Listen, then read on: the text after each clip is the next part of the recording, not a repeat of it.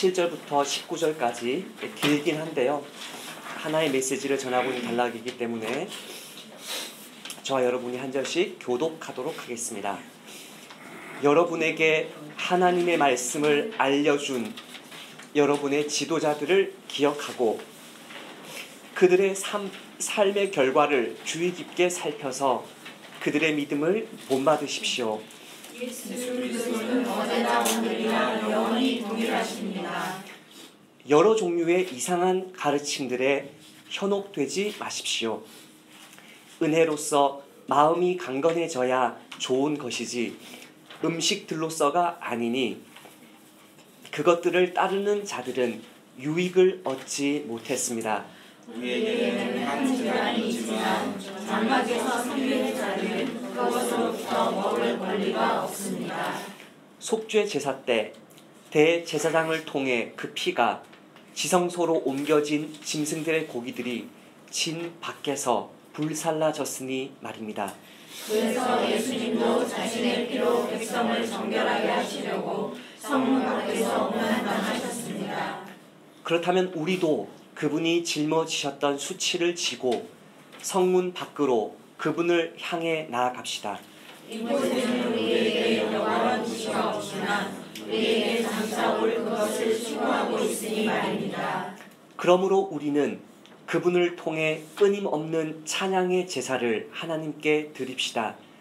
이것이 하나님의 이름을 드높이는 입술의 열매입니다. 살인과 나눔에 소홀하지 마십시오. 이 같은 제사들을 하나님이 기뻐하시니 말입니다. 여러분의 지도자들의 말에 순종하고 그 권위에 복종하십시오. 그들이 책무를 지니고서 여러분의 영혼을 깨어 지키고 있으니 말입니다. 그들이 이 일을 즐겁게 하도록 해야지 신음하면서 하게 해서는 안 됩니다. 그들을 신음하게 만들면 여러분에게 유익이 없습니다. 우리를 위해 기도해 주십시오. 우리에게 선한 양심이 있으며 명예로운 삶을 살려고 갈망하고 있음을 우리가 확신하니 말입니다. 여러분에게 더 일찍 돌아가도록 더 간곡히 기도 부탁드립니다. 아멘. 자리에 앉으시겠습니다. 지난주에 이미 말씀드린 대로 13장 전반부는 하나님이 기뻐하시는 가정의 모습이 무엇인지를 이야기하고 있고, 오늘 나눌 13장 후반부는 하나님이 기뻐하시는 교회의 모습이 어떠한지 이야기하고 있습니다. 7절과 8절에서 영적 지도자들에 대해서 이야기합니다. 그리고 17절부터 19절까지도 영적인 지도자들에 대해서 이야기합니다. 사실은 오늘 본문은 처음부터 끝까지 영적인 지도자들이 어떤 사람들인가, 그 영적인 지도자들의 메시지가 무엇이고 그 영적인 지도자들에 대한 여러분의 합당한 반응이 무엇인가에 대해서 이야기합니다. 7절부터 8절까지는 이미 돌아가신 영적인 지도자, 17절부터 19절까지는 현재 살아서 여러분을 섬기고 있는 영적 지도자들을 이야기합니다. 누가 영적인 지도자입니까? 누가 여러분이 한평생 붙들고 그 삶을 본받을 수 있는 여러분의 인생의 사표가 되는 영적 지도자가 누구입니까? 그 영적인 지도자들을 기억하라라고 했습니다. 그죠? 7절에서.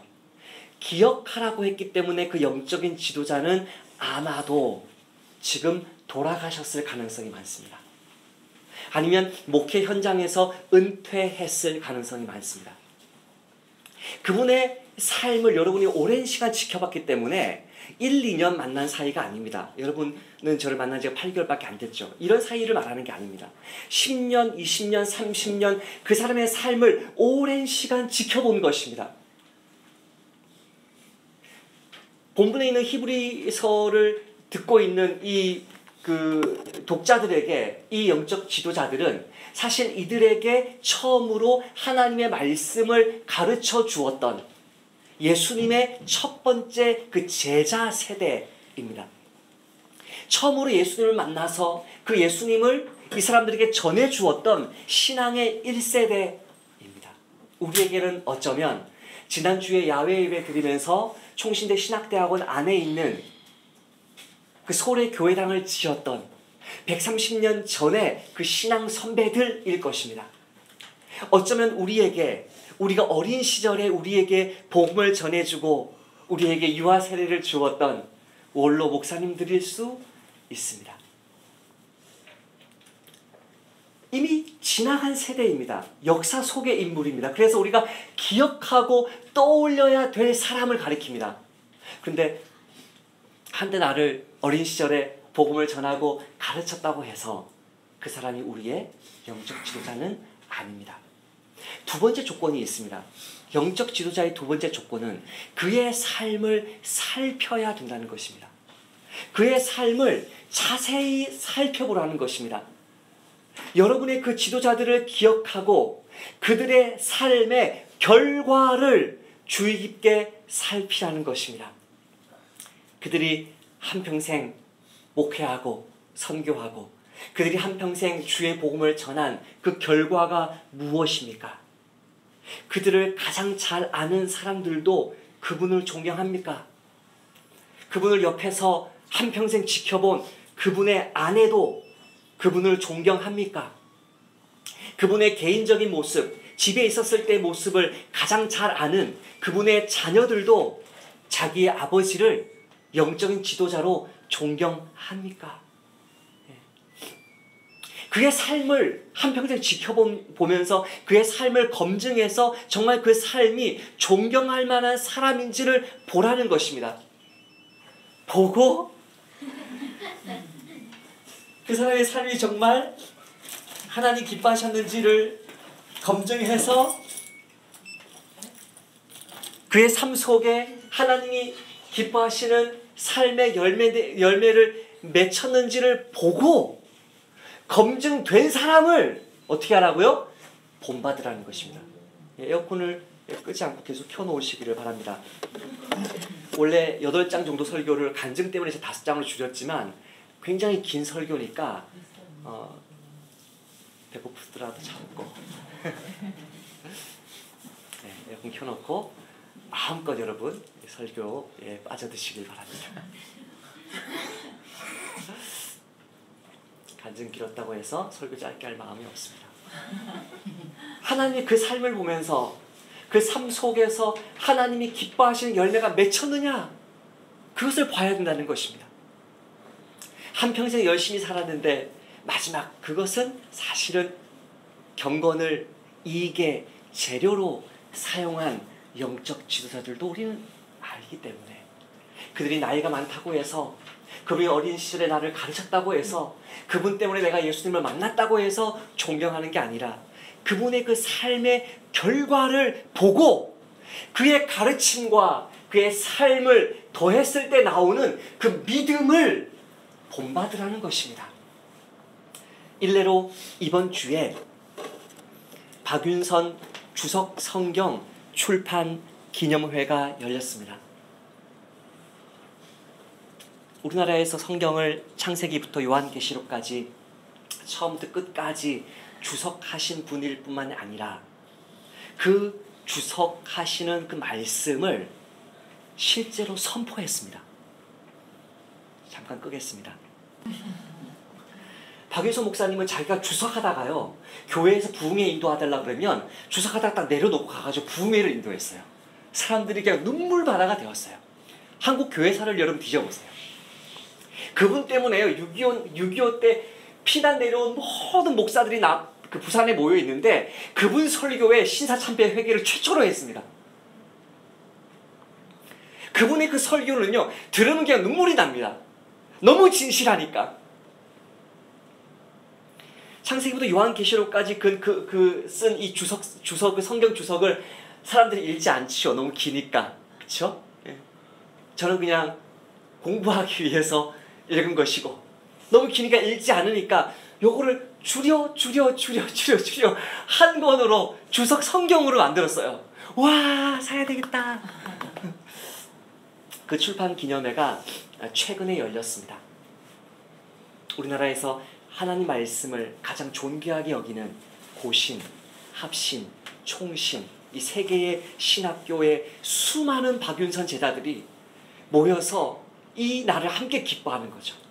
홍정길 목사님, 손봉호 장로님, 이만열 교수님, 한국 사회, 불신자들조차도 존경하는 이런 한국 사회와 한국 교회의 그 종들이 박윤선에 대한 평가가 한결같습니다.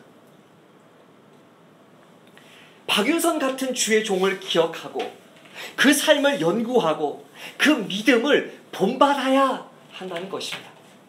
개신교의 고질병이 뭔지 아십니까? 모든 것을 자기가 하겠다는 것입니다. 성경 연구도, 목회도, 신학도, 경건도, 기도도 자기가 다 대가가 되겠다는 것입니다. 그런 대가를 손봉호 교수님을 뭐라고 부르는지 아세요? 소영웅들. 한국 교회를 망하게 하는 소영웅들. 자기 교회에서 성을 쌓고 탑을 쌓고 그 속에서 왕으로 군림하지만 한국 교회 전반에는 영적인 영향력을 미치지 못하는 소영웅들 때문에 한국 교회가 망하는 거죠. 개신교의 이 화가 여기에 있는 것이죠. 성경은 그렇게 가르치지 않아요. 내가 큐티를 잘 못합니까? 성경 연구를 잘 못합니까? 제가 아침마다 메시지 보냈는데 여러분 그 메시지 잘 안 써집니까? 누가 그렇게 얘기하시더만요. 매일 아침 스펄전의 설교를 하나씩 읽어라. 매일 아침 박윤선의 설교를 하나씩 읽어라. 그 선배들의 앞서간 그 길. 내가 지금 묵상하는 이 구절은 2000년 동안 수많은 선배들이 묵상한 구절이죠. 그 박윤선을 기억하고 그의 삶을 조심스럽게 평가하고 그의 믿음을 본받는 것이 하나님의 명령입니다. 6월 추천 도서로 성경과 나의 생애라는 박윤선의 자서전을 선정해 두었습니다. 그럼 여러분 주부에 나와 있는 개혁주의 목회신학자 박윤선 연구라는 논문도 인터넷에서 그냥 클릭하면 다 전문을 읽을 수 있습니다. 그 논문을 한번 읽어보시길 바랍니다. 이 책을 한번 읽어보시길 바랍니다. 그래서 박윤선이 누구인지, 이 사람이 누구인지를 살펴보고 그 사람처럼 여러분도 주님 사랑하면서 사시길 바랍니다. 그의 제자들 홍정길, 옥하는, 그의 제자들 손봉호, 그의 제자들 이만열, 그 제자들 때문에 지금 한국교회가 버티고 있는 거 아닙니까?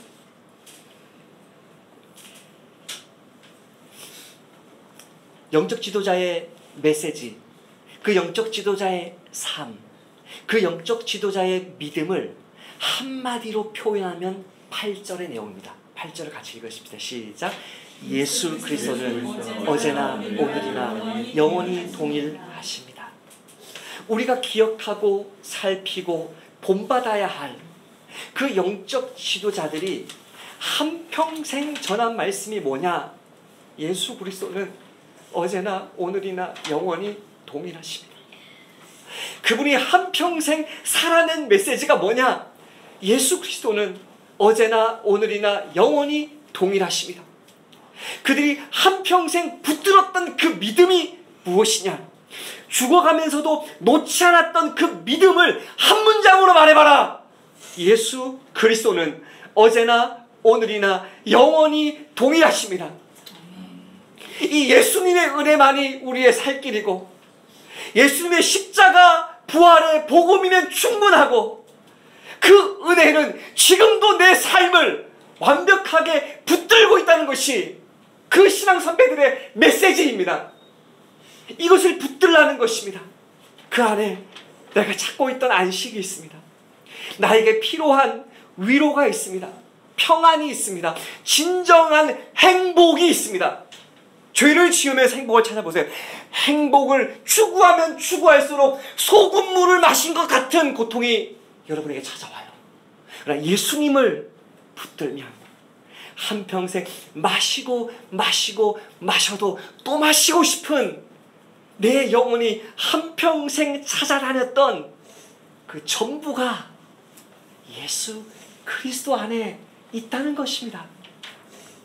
이 메시지가 그 신앙 선배들의 메시지였으므로 그 메시지에, 그 삶에, 그 믿음에 침착해라, 붙들려 메어져라, 떠나지 마라.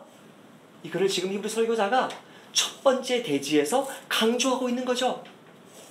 그런데 지금 히브리 설교자가 설교하고 있는 교회 안에서, 나그네 교회가 설교하고 있는 이 교회 안에서 교회 안에 들어와 있는 성도들인데, 그 성도들이 지금 어떤 상태에 있습니까? 이상한 가르침에 현혹되고 있습니다. 9절 말씀입니다. 여러 종류의 이상한 가르침에 현혹되지 마십시오. 이 여러 종류의 이상한 가르침들은 예수 그리스도는 어제나 오늘이라 영원히 동일하다는 이 메시지에서 떠나게 하는 가르침들이죠. 이 메시지만이 은혜로서 우리 마음을 강건하게 할 수 있는데, 이걸 떠나서 어떤 제사를 지내고 그 제사밥을 먹고 부적을 붙이고 뭘 해야 내 삶 속에 유익이 찾아올 것이라는 거짓말에 속지 말라는 것입니다. 이 거짓말을 이번 주에 저는 2번 경험했습니다. 첫 번째는 어린이 버전으로 경험했습니다. 지난주 수요일 날 제 딸이 등교한 직후였습니다. 그의 휴대폰에 어떤 학교 친구가 보낸 문자가 도착했습니다. 그래서 제가 뭔가 확인하고 내가 뭘 들고 와서 후닥닥 갖다 줘야 되는 건 줄 알고 읽었더니 이렇게 그 글이 시작되더군요. 이것은 인형의 저주야. 이 글을 읽고 무시하거나 그냥 넘기면 죽게 된대. 나도 이 글을 읽고 20명에게 보내라 그러더라고요. 20명에게 보냈더니 돈도 죽고 친구와 우정도 깊어지고 좋았어. 그런데 그 후 내한테 글을 받았던 내 친구 언니는 이 글을 본 뒤에 웃으며 넘겼더니 그 뒤로는 어마어마한 끔찍하고 섬뜩한 이야기들이 쫙 이어져요. 사실 제가 이 글을 읽고 나서요, 여러분 잘 들어보세요. 제가 이 글을 읽고 나서요, 제가 서울에 살 때였는지, 초등학교 4학년 때까지 서울에 살았으니까 부산에 이사 갔을 때였는지 기억이 안 나지만 초등학교 때 제가요 이 글을 받았어요. 놀랍지 않으세요? 그때가 지금 30년 전이거든요. 똑같은 글을 제가 읽었다니까요. 제가 이걸 읽으면서요, 제가 서울 영일초등학교인지 부산의 사초등학교인지 이제 기억이 안 나지만 제가 초등학교 때 읽었던 이 글이 30년, 최소한 30년간 아이들 사이에서 돌고 있는 거예요. 이 무서운 저주가. 한 통도 안 보내면 너희 부모가 죽어. 우리 예서는 이 글을 못 읽었어요. 제가 또 끔찍해서 인용도 다 하지 않았고요. 제가 지금 살아있지 않습니까? 죽어야 되는데. 한국 사회가 여러분 얼마나 이런 삼류 무당 신앙에 깊이 물들어 있는지 모릅니다. 이게 장난인가요? 실제로 여자아이들은요 이것 때문에 두려움을 느끼고요, 심지어 나중에는 귀신 들림까지 와요. 귀신 이야기로, 두려움으로 사람들을 사로잡아서 결국 귀신의 종으로 만드는 일이 실제로 초등학교 학생들 사이에 일어나고 있다니까요. 30년 전에 저도 그랬고요, 내 딸도 그렇고요. 공립학교 안에서 이게 이루어지고 있어요 지금. 두 번째로 성인 버전을 또 우연히 알게 됐네요 이번 주에. 최근에 개봉된 어느 한국 영화가 히트를 치고 있습니다. 귀신 영화입니다. 저는요, 제 원칙이 뭐냐면 귀신 영화는 절대 안 봅니다. 절대 귀신 영화 자녀들에게 보여주지도 않습니다. 99년도에 전도사 시작하면서부터 제가 가르치는 아이들에게 무수히 말했습니다. 귀신 영화 보면 안 된다. 그 영화를 우연히 직장 동료들과 함께 보았다는 나그네 교회의 어느 등록 성도의 말을 듣고서 목회자로서 책임감을 느끼면서 며칠을 고민했어요. 이걸 볼 거냐 말 거냐. 우리 교회 성도가 봤다는데 볼 거냐 말 거냐. 그러다가 이걸 안 보면서도 그 영화 내용을 알려면 감독의 인터뷰, 감독의 평가, 본 사람들 다 읽었어요. 이번 주 내내. 인터넷 중독 비슷하게 한 10편 이상을 읽었던 것 같아요.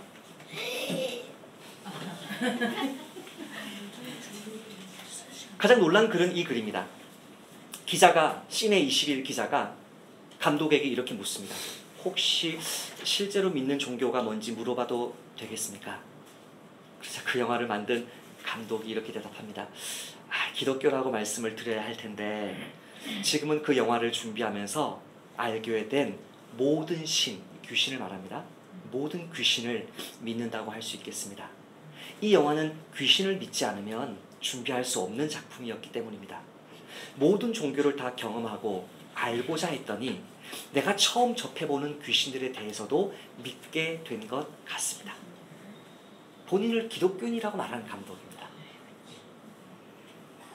기독교인이라고 말하는 감독이 무속신앙의 귀신들의 그 힘이 지금도 실제하고 있음을, 물론 그 사람이 그걸 통해서 전하려고 했던 메시지는 피해자의 입장에서 그 원인이 무엇인지를 찾아보려고 하는 구도자적인 질문이었음에도 불구하고 실제로 귀신들의 힘이 실제함을 보여주기 위해서 일본과 네팔과 한국의 수많은 무당들, 신들림들 그 자리에 머물고 토굴에 들어가서 그것도 같이 경험하려고 기다리고 한 덕분에 영화가 대박 났습니다.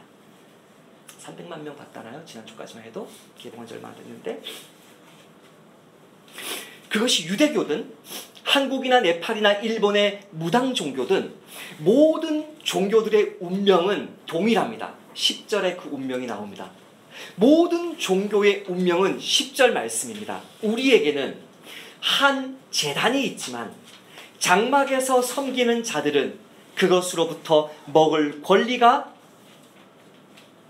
없습니다. 없습니다.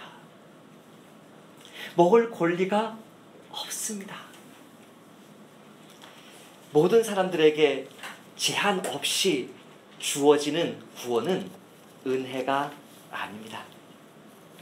예수님을 배척해도 하나님을 짓밟아도 아무런 상관없이 구원받을 수 있는, 사람의 사진을 찍어서 그 사진을 불태우고 사람의 모습으로 인형을 만들어서 송곳으로 찌르고 온갖 비윤리적인 행위를 해도 아무런 상관없이 복받는 종교는 가짜입니다. 그 모든 가짜들에 대해서 뭐라고 얘기합니까? 예수님의 십자가로 인한, 그 예수님의 십자가가 이룬 그 재단에서 먹을 수 있는 권리가 없다는 것입니다. 모든 무당 종교는 이미 늦었습니다.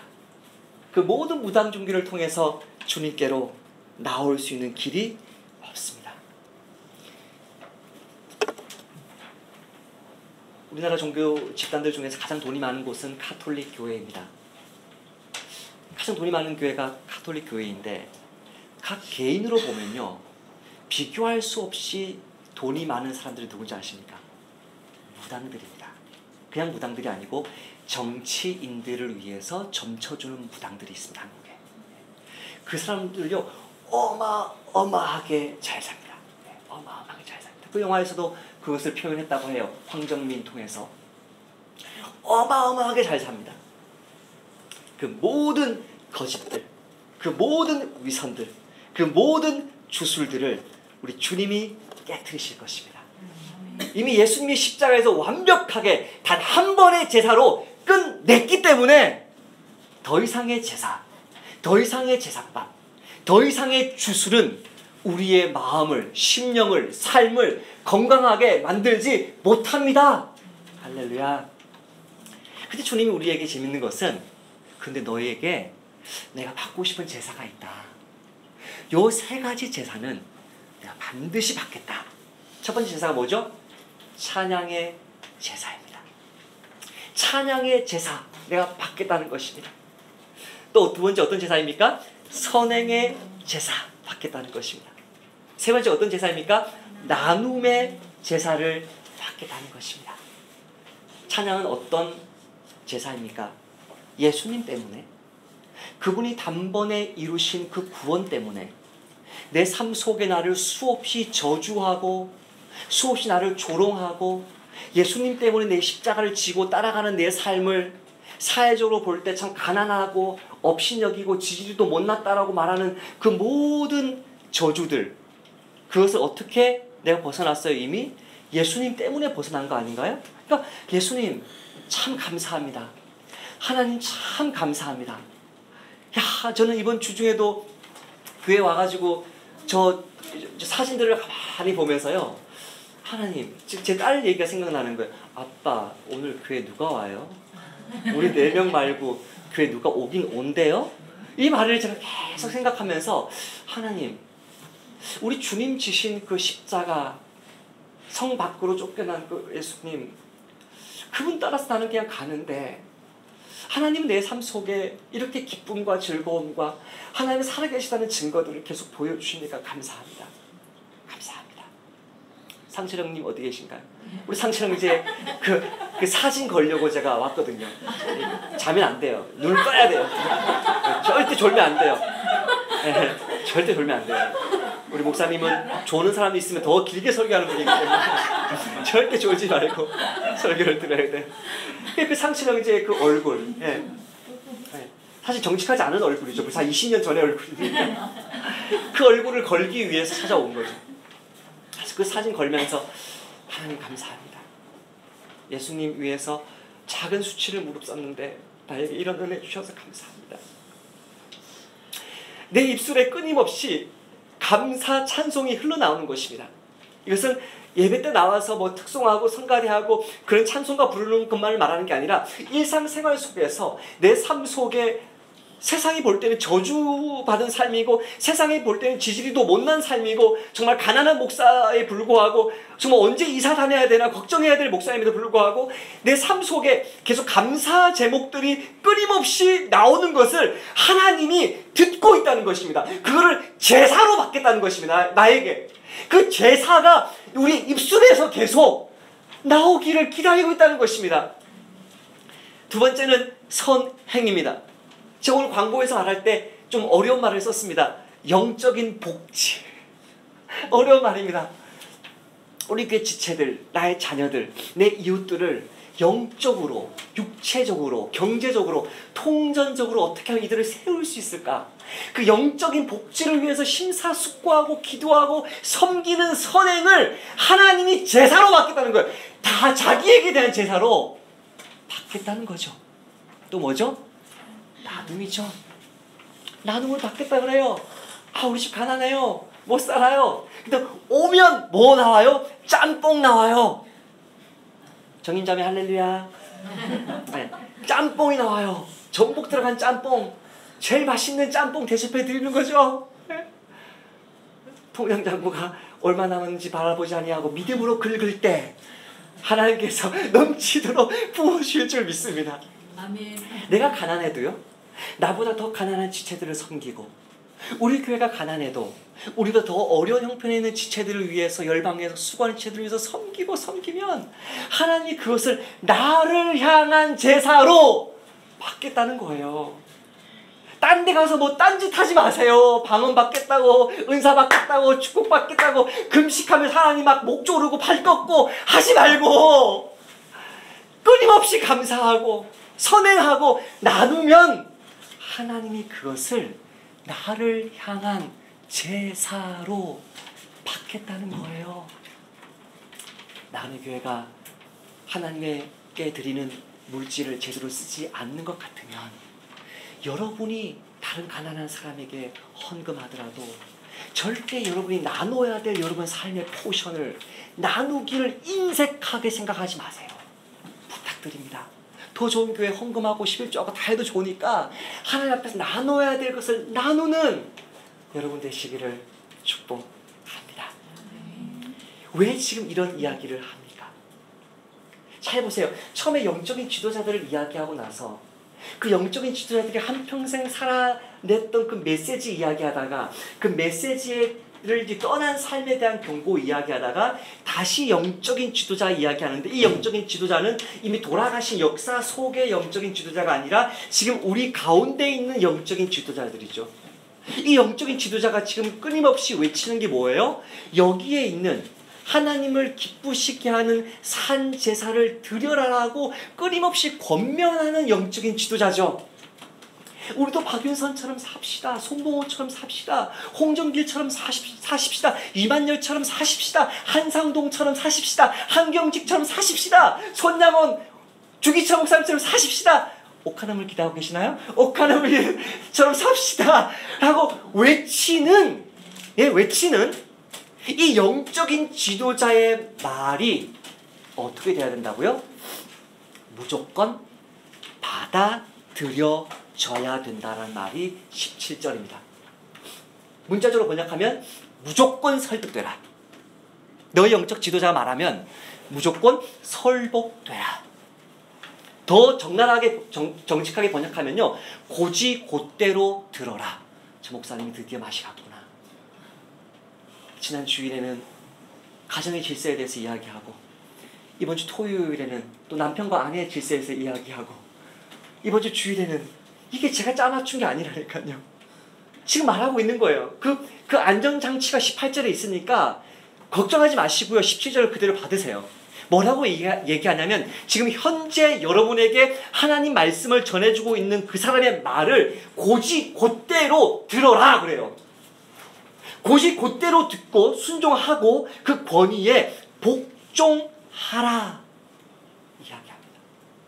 왜 이런 말도 안 되는, 도대체 부모의 말도 안 듣는 세대에 정치 지도자를 비롯한 사회의 모든 계층의 영적인 지도자들의 어떤 그 권위가 이미 떨어질 대로 떨어진 저희 이 시대에 저 목사가 정신없이 지금 자기 말을 들으라고, 영적인 지도자의 말을 들으라고 이 맛이 갔구나. 좀 잘 보세요. 왜 순종하고 복종하라고 말합니까? 그들이 책무를 가지고 있답니다. 어떤 책무입니까? 고린도전서 3장에 이런 말씀이 나옵니다. 어떤 책무인지 이야기합니다. 내게 주신 하나님의 은혜를 따라 내가 지혜로운 건축자와 같이 터를 닦아두매 다른 이가 그 위에 세우나 그러나 각각 어떻게 그 위에 세울까를 조심할지니라. 이 닦아둔 것 외에 능히 다른 터를 닦아줄 자가 없으니 이 터는 곧 예수 그리스도라. 자, 여기서 중요합니다. 목회자들이 예수 그리스도의 터 위에 닦습니다. 자, 만일 누구든지 금이나 은이나 보석이나 나무나 풀이나 지푸로 이 터 위에 세우면 어떤 사람은 금으로요, 어떤 사람은 보석으로요, 근데 어떤 사람은 불에 타버릴 풀과 집 같은 가짜 신앙으로 그 위에 세우면 각 사람의 공적이 나타날 터인데 그날의 공적을 밝히리니 이는 불로 나타내고 그 불이 각 사람의 공적이 어떠한 것을 시험할 것입니다. 만일 누구든지 그 위에 세운 공적이 그대로 있으면 상을 받고, 이 상은 여러분을 말하는 게 아니고 바울과 아볼로 같은 목회자들을 말하는 겁니다. 그 사람들이 상을 받고, 누구든지 그 공적이 불타면 해를 받으리니, 여러분이 해를 받는 게 아니고 바울과 아볼로 같은 목회자들이 해를 받을 것이다.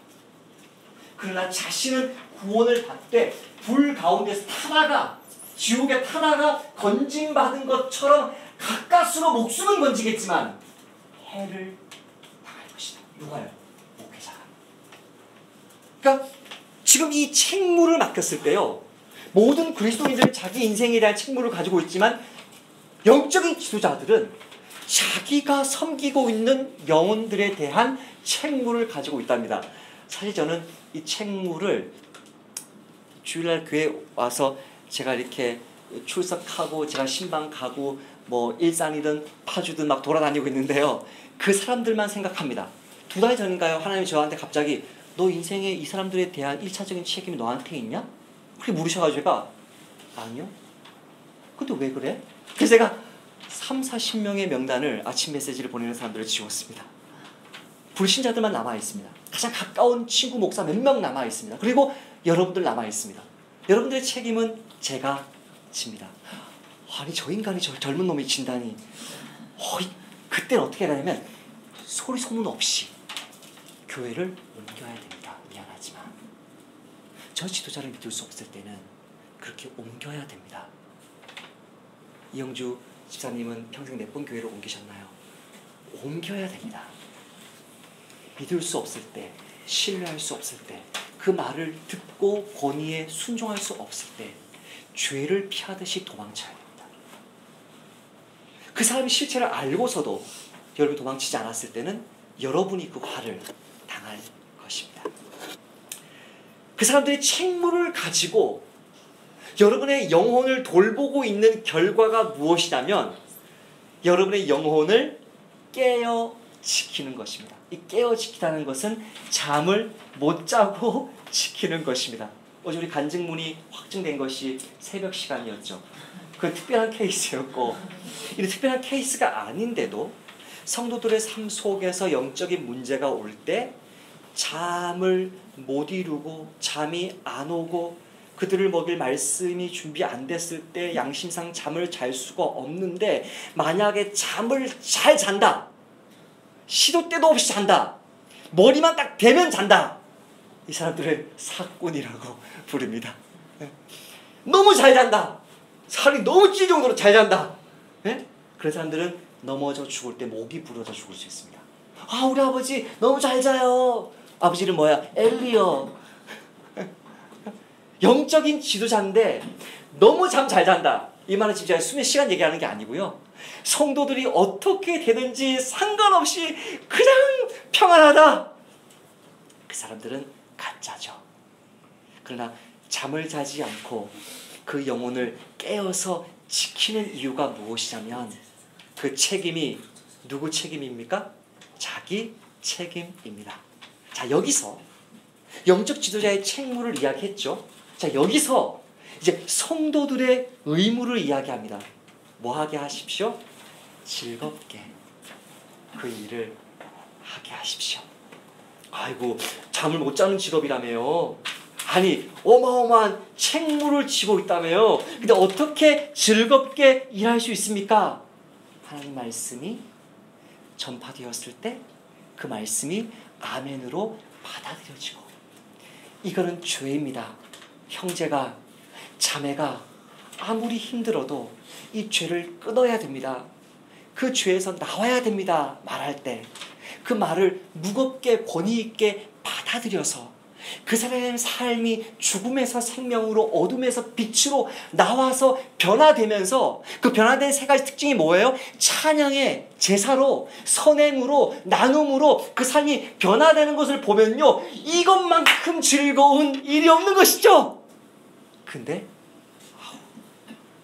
니나 잘하세요, 나 그냥 내버려 두세요, 이렇게 살다 죽게, 끊임없이 교회는 떠나지 않아요. 등록 성도의 타이틀은 내려놓지 않아. 끝까지 옆에 붙어 있어. 그러면서 계속 찌르는 거죠. 니나 잘해요, 내버려 두세요, 그럼 딴 교회 가시든지, 갈 교회 없어요, 이렇게 하면서 끝까지 괴롭히면 어떻게 되죠? 신음한다는 거예요. 목사를 위해서 기도해 주는 성도가 아니라 목사로 하여금 신음하면서 기도하게 만드는 성도가 될 때에 여러분에게 뭐가 없다고요? 유익이 없다 그래요. 그 유익은 아까 말했던 그거, 예수님이 어제나 오늘이나 영원히 동일하시다는 그 유익. 제가 오늘 본문을 번역하면서 빨간색으로 칠해놓은 그 단어들이 다 유익인데 그것들이 없다 그래요. 자기는 기독교인이라고 생각했고, 자기는 그 상에서 먹을 수 있는 구원받은 자라고 생각했고, 자기는 예수 그리스도가 어제나 오늘이나 변함없이 동일하다고 생각했는데 막상 예수를 만나보니까 불타는 심판의 주님을 만났어요. 동일하지 않았죠. 없다는 거죠. 이 말씀을 할 수 있는 사람은 누굽니까? 18절의 말씀을 아무런 양심에 거리낌 없이 말할 수 있는 사람입니다. 제가 한번 읽어보겠습니다. 우리를 위해 기도해 주십시오. 우리에게 선한 양심이 있으며 영예로운 삶을 살려고 갈망하고 있음을 우리가 확신하니 말입니다. 이 18절을 정말 확신 있게 양심의 가책 없이 말할 수 있는 영적 지도자가 여러분의 영적 지도자 되기를 축복합니다. 나도 처음 말했던 그 7절과 8절에 그 신앙 선배들처럼 영예로운 삶을 살려고 갈망하고 몸부림치고 있습니다. 그러니까 제발 속는 셈 치고라도 제 말을 받아들여 주십시오. 저의 권위를 인정해 주십시오. 여러분의 기도가 나는 필요합니다. 여러분의 기도가 있어야만 나도 저 믿음의 존경받는 선배들처럼 여러분 곁에 그 모습으로 살다가 갈 수 있지 않겠습니까? 여러분에게 빨리 가고 싶습니다. 더 자주 만나고 싶습니다. 더 깊이 인격적인 교제를 나누고 싶습니다. 저를 위해서 19절에 빨리 여러분 만날 수 있도록 기도해 주십시오. 18절처럼 이창삼 목사도 말하고 싶습니다. 혹시라도 손 번쩍 들고 저는 동의 못해요 이렇게 할까봐 제가 물어보지를 못하겠어요. 하지만 참된 영적 지도자는 18절처럼 말할 수 있어야 되고 저도 그런 사람이 되고 싶습니다.